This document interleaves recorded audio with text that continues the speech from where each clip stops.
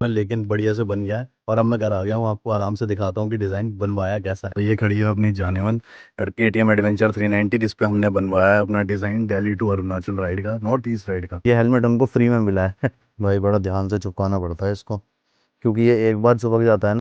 इसमें ये पंगा है भाई अपने LS2 में, जो इसीलिए मेरे को ये कौन बड़ा बेकार लगता है। तब ये हेलमेट इतना हल्का है ना, इतना लाइट वेट फील हो रहा है। ओए भाई, ना ChatGPT से वो ये वाला था, आप देख रहे होगे साइड में, तो उसमें ना ये लॉक्स नहीं थे, फिर मैंने दोबारा बनाया। तगड़ी राइड में निकले हैं और ये राइड वाकई में मेरे लिए बहुत तगड़ी है। हाँ तो भाई क्या हाल है सबके, उम्मीद करते हैं सारे बढ़िया हो गए और बढ़िया ही रहना। सो भाई अगर लास्ट व्लॉग आपने देखा होगा तो उसमें मैं लेकर के आया था लाजपत नगर से एक सोनी का ECM LV1 माइक और एक में लेके आया था गोप्रो की बैटरी। तो गोप्रो की बैटरी तो चलो गोप्रो जहाँ भी लगेगा वहाँ उस बैटरी को लगा दिया करेंगे, लेकिन सोनी का माइक मैं लेकर के आया था। क्योंकि हमारे पास है LS2 का एक नया हेलमेट, जो कि ये हमारा न्यू हेलमेट हमने ख़रीदा नहीं है, ये हेलमेट हमको फ्री में मिला है तो ये थैंक्स टू माय जीजू, जिन्होंने बैंगलोर में KTM एडवेंचर 390 X वर्जन लिया है और उसके साथ उन्होंने हेलमेट लिया था LS2 का, ये पायनियर 2। और ये पायनियर 2 उनको सर में फिक्स नहीं हो रहा था, तो उन्होंने लेते टाइम तो सोचा कि थोड़ा टाइट है, पहनते पहनते लूज़ हो जाएगा, लेकिन वो धीरे धीरे उनको परेशान करने लगा और सर में दर्द करने लगा। तो इसीलिए जीजू ने मेरे पास ये हेलमेट भेज दिया कि तू राइड पे जब जाएगा तो नया हेलमेट पहन के चला जाइए, और तेरे साइज़ का भी है। मेरे को लार्ज आता है और ये हेलमेट लार्ज साइज़ का है, तो मेरा काम हो गया बढ़िया। और बाकी अभी आपको पता है कि हम जा रहे हैं नॉर्थ ईस्ट राइड पे, जो कि मेघालय, अरुणाचल प्रदेश, सिक्किम वगैरह सारी चीज़ें होने वाली हैं, और उस राइड की हम करने लग रहे हैं प्रिपरेशन। तो प्रिपरेशन में नया हेलमेट हम पहन के जाएंगे, इसीलिए इस पे गोप्रो सेटअप आज करके दिखाते हैं आपको कि कैसे होता है, यही पता चल जाएगा। और साथ में हमने एक प्रोडक्ट और लिया है जो कि इंटरकॉम है, वो भी आपको इसमें लगा के दिखाएंगे कि कैसे लगता है। वो हो, क्या बात है।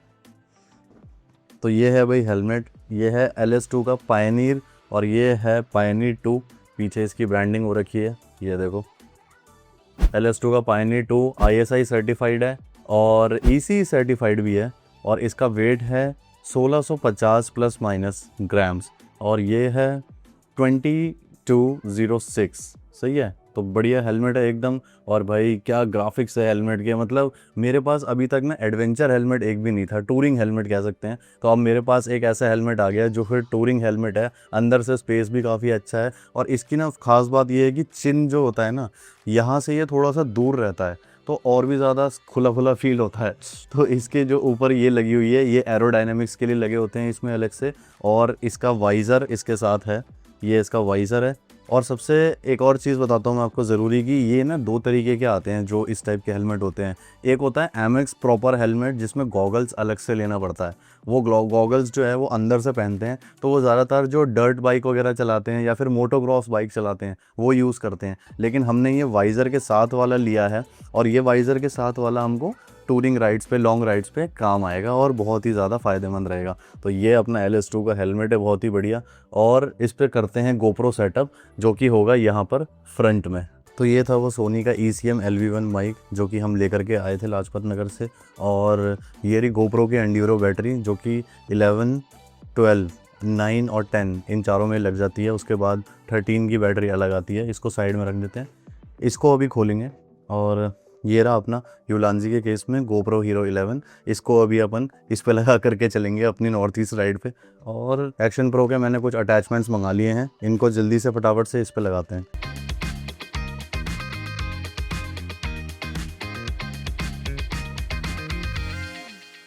भाई बड़ा ध्यान से चिपकाना पड़ता है इसको, क्योंकि ये एक बार चिपक जाता है ना, बहुत तगड़ी पकड़ होती है इसकी, जल्दी छूटता नहीं है फिर ये।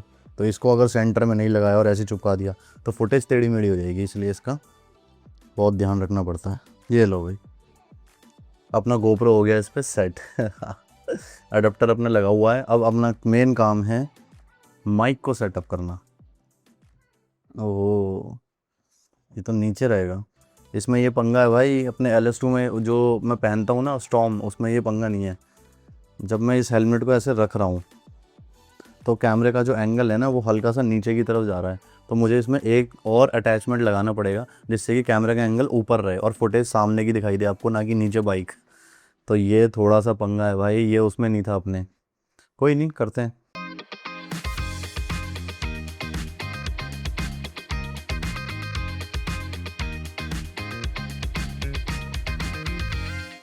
अब ये अपना सोनी का जो माइक है ये इसमें करते हैं इंस्टॉल। तो अभी मैं माइक को सेटअप करने ही लगा था, फिर मेरे को याद आया कि मैं इंटरकॉम भी तो लेके आया था। तो इंटरकॉम की अनबॉक्सिंग तो मैंने करी नहीं, तो ये मैं लेकर के आया था ब्लू आर्मर का C20, बिल्कुल अभी नया नया आया है ये, और ये मैश है, सबसे अच्छी चीज़ ये है। और क्योंकि हम अभी जो पुराना यूज़ कर रहे हैं अपने LS2 स्टॉर्म में, वो है ब्लू आर्मर का C30 जो JBL के साउंड के साथ आता है। तो C30 यूज़ करके मैंने देख लिया ब्लू आर्मर के इंटरकॉम बहुत बढ़िया है। सबसे अच्छा इनकी ऐप बहुत बढ़िया चलती है, मतलब ऐप में कोई लैग नहीं होता और सारे फीचर्स बढ़िया काम करते हैं। तो मैंने कहा जिसकी अच्छी मतलब ऐप कनेक्टिविटी है वो वाला लेना चाहिए। ब्लू आर्मर पे हमको भरोसा था ही, तो ये हमने ले लिया। ब्लूटूथ 5.3 है, राइट ग्रिड लाइट है, पल्स ब्लू है, और वही म्यूज़िक वगैरह सब कुछ बढ़िया है। और ऊपर से बैटरी इसकी बहुत अच्छी है, 16 घंटे की इसकी बैटरी है, एक बार फुल चार्ज कर दो तो 2 साल की इसकी वारंटी है। IP67 है, वाटरप्रूफ है। और अब तो इसमें एक चीज़ और आ गई है, ये एक्सीडेंट प्रोटेक्शन के लिए भी है, मतलब एक्सीडेंट प्रूफ और बना दिया है इन्होंने, जिसमें क्या होगा कि अगर आपकी बाइक गलती से गिरती है, आप गिरते हो तो या तो लेफ़्ट या राइट साइड ही आप गिरोगे। तो लेफ़्ट या राइट साइड गिरने में क्या होता है कि इंटरकॉम अगर इस साइड और गिर गए तो टूट जाता है बहुत बारी। लेकिन इन्होंने किस तरह की टेक्नोलॉजी बनाई है कि ये जो है ना इंटरकॉम, ये बैक साइड लगेगा और 3 बटन्स हैं वो लेफ़्ट साइड आएंगे। तो उसकी वजह से जो ये पूरा इंटरकॉम है ना, इस पे डैमेज नहीं आएगा, सिर्फ बटन्स पे थोड़ा बहुत स्क्रैच वगैरह आएगा। तो ये इन्होंने बना दिया एक्सीडेंट प्रूफ करके। अब इसको खोलते हैं, इसको भी हेलमेट पे लगाते हैं, क्योंकि इसका जो माइक आता है ना, उसी माइक पे GoPro का जो माइक आता है वो अटैच हो जाता है बढ़िया से। तो पहले इसको खोल के इस पर पूरे पे सेटअप करते हैं, फिर उसके बाद GoPro का माइक लगाएंगे। इसीलिए मेरे को ये काम बड़ा बेकार लगता है। और तो ये है इसका अटैचमेंट, जो कि अभी मैं लगाऊंगा हेलमेट पे बैक साइड में।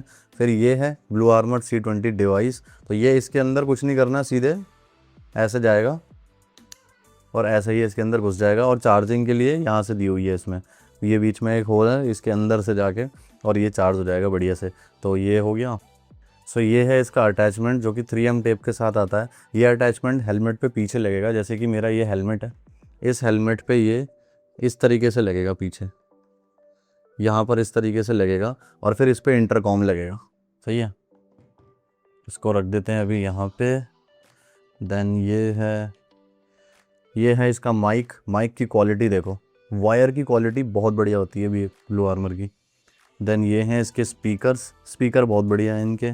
और ये है इसका जो मैं बता रहा था कंट्रोलर, ये कंट्रोलर यहाँ लेफ़्ट साइड में आ जाएगा और इंटरकॉम पीछे आ जाएगा। तो इसके बटन से हम यूज़ कर सकते हैं, किसी कॉल उठानी है या काटनी है या फिर जो भी है, सब कुछ इससे हो जाएगा। फटाफट से टाइम को वेस्ट ना करते हुए अपना इसको करते हैं सेटअप इसमें, और फिर लेके निकलते हैं नए हेलमेट को, क्योंकि बाइक में भी काम कराना है।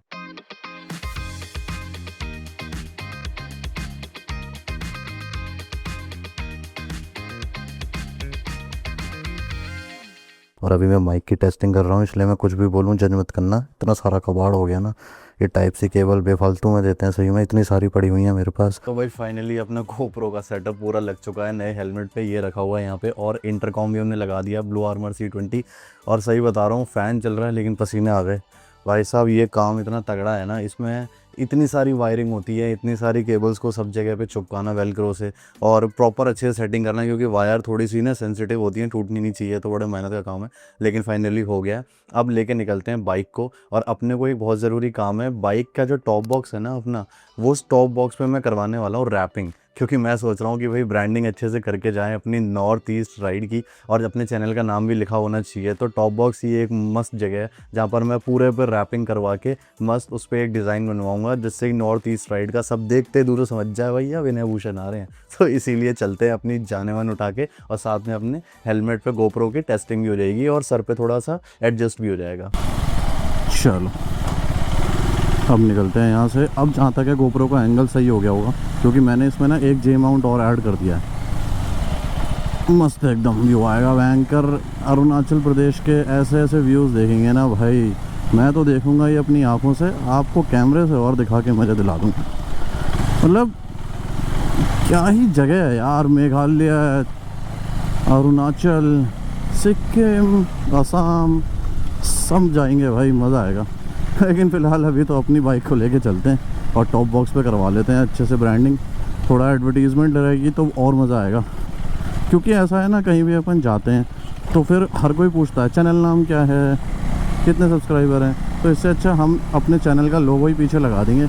और जो राइड पे अब हम जाया करेंगे ना लंबी, हर राइड पे नहीं, लंबी राइड पे जब जाया करेंगे तो फिर पीछे लगा के चलेंगे, पूरी ब्रांडिंग अच्छे से। सही है।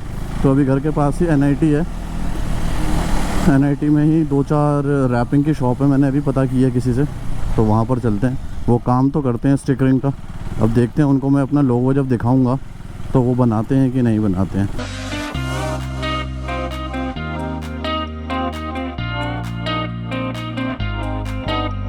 मतलब ये हेलमेट इतना हल्का है ना, इतना लाइट वेट फील हो रहा है, क्योंकि MX हेलमेट लिटरली हल्के ही होते हैं। जो हम पहनते हैं ना फुल फेस, उससे तो बहुत हल्के होते हैं ये। अब इतना अच्छा लग रहा है, और ऊपर से एरोडायनेमिक्स के लिए भी लगा हुआ है इसमें सपोर्ट बढ़िया, तो अलग ही मज़ा आ रहा है इसमें चलाने में। और ऊपर से मेरी चिन को आगे काफ़ी ज़्यादा एरिया मिल गया है। पहले तो दाढ़ी लड़ती रहती थी भाई आगे से लेकिन अब ऐसे कोई दिक्कत नहीं है। यार ये बाइकिंग कम्युनिटी में बहुत चीज़ें हैं भाई, बहुत ज़्यादा। मतलब अगर आप ट्रैवल वॉक करते हो तो खर्चे ज़्यादा हैं, हद से ज़्यादा, समझ रहे हो, पर मज़ा आता है। अगर आपको शौक़ है तो ही मज़ा आएगा, वरना ये सिरदर्दी और इरिटेशन लगने लगेगी, इतनी सारी चीज़ें जो हम करके चलते हैं। Let's go to NIT।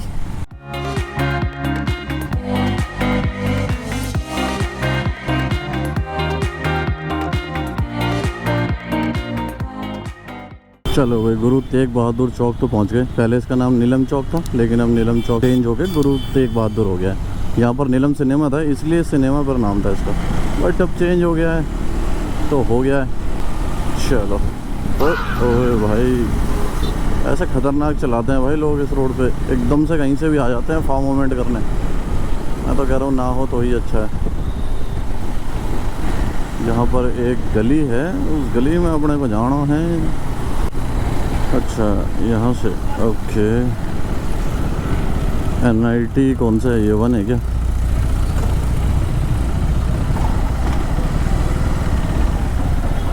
सही आया है ना।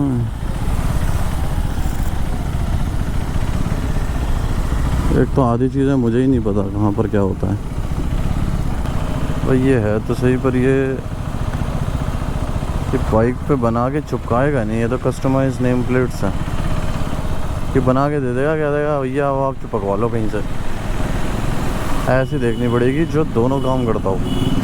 राजेश ग्राफिक्स, हाँ शायद से इस पे मैंने करवाया था पिछली बार जब अपनी BMW लेके आया था। मैं इसी से पूछता हूँ।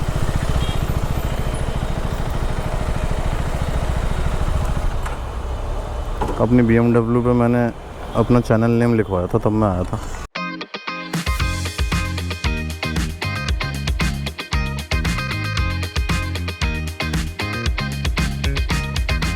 भाई अभी अपना डिज़ाइन तो तैयार हो गया है, अब यहाँ पर साइज़ लिया जा रहा है इंच टेप से।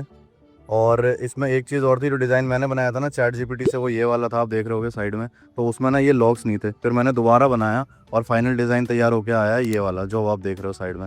तो इस वजह से ये लॉक के चक्कर में ना थोड़ा सा छोटा हो जाएगा डिज़ाइन, और कलर बैकग्राउंड भी मैंने फिर ब्लैक एंड वाइट ही कर दिए, क्योंकि अपना टॉप बॉक्स ब्लैक कलर का है इसलिए। सही है। तो अब भाई जो है इसके इंच टेप से डिज़ाइन का पूरा नाप लेकर के इस पे चिपकाएंगे, और देखना भाई क्या ज़बरदस्त लगेगा। फिर लगेगा कि हाँ भाई प्रोफेशनल राइडर जा रहे हैं नॉर्थ ईस्ट की राइड मारने।